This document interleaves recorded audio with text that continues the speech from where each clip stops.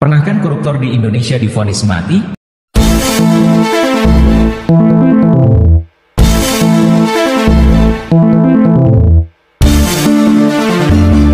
Jawabannya pernah. Dia adalah Jusuf Muda Dalam, Menteri Urusan Bank Sentral Republik Indonesia dan Gubernur Bank Indonesia di masa Orde Lama.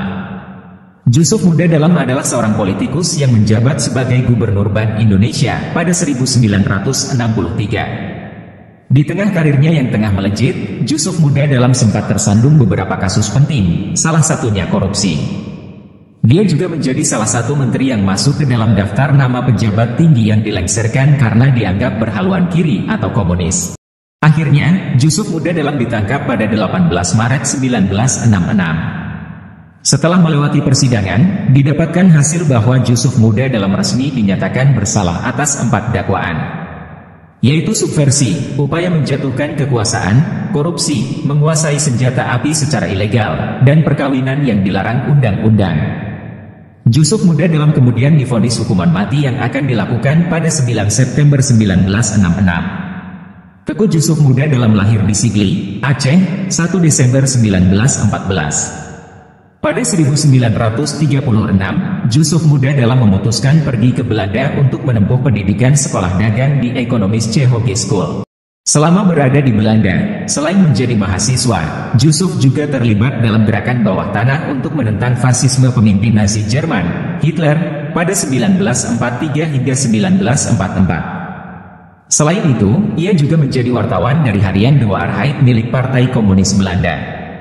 Setelah pendidikannya selesai pada 1947, Jusuf memutuskan kembali ke tanah air dan bekerja pada Kementerian Pertahanan di Yogyakarta. Kemudian, Jusuf bergabung dengan Partai Komunis Indonesia sebagai wakil PKI di Komite Nasional Indonesia Pusat, NIP, pada 1951. Namun, karena Jusuf merasa sistem politik yang ada di PKI tidak sesuai dengan karakternya, ia memutuskan loncat ke Partai Nasional Indonesia, PNI, pada 1954. Sejak masuk PNI, karir politik mulai dari menjadi anggota pengurus pusat, anggota parlemen, direktus, bahkan menjadi Presiden Direktur Bank Negara Indonesia, BNI. Puncak karirnya terjadi ketika ia menjabat sebagai Menteri Urusan Bank Sentral sekaligus merangkap sebagai Gubernur Bank Indonesia tahun 1963. Tersandung kasus korupsi. Selama menjabat sebagai menteri, Jusuf berhasil mengintegrasi seluruh bank pemerintah ke dalam satu bank besar bernama Bank Negara Indonesia, BNI, agar lebih mudah digunakan. Sayangnya, di balik kesuksesannya tersebut, Jusuf diisukan gemar bermain perempuan. Menurut kabar yang beredar, Jusuf memiliki 6 istri. Terungkap cerita bahwa Jusuf setiap bulannya akan mengirimkan uang belanja sebanyak 40 juta rupiah kepada masing-masing istrinya tersebut. Selain itu, Jusuf juga kerap memberi hadiah berupa barang-barang mewah, mulai dari mobil, perhiasan, sebidang tanah, sampai rumah. Sejak saat itu, citra Menteri Jusuf mulai dipandang buruk oleh masyarakat Indonesia. Dilengsarkan Soeharto.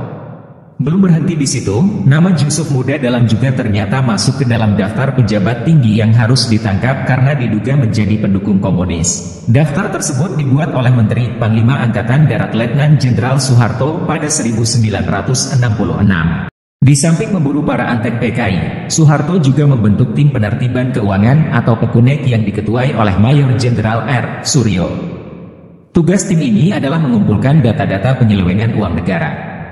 Berdasarkan hasil yang diperoleh, ternyata Menteri Jusuf Tuan Dalam diketahui telah menggelapkan uang negara sebanyak 97.334.844.515 rupiah. Jusuf didakwa telah menyelewengkan uang dari hasil deferred payment.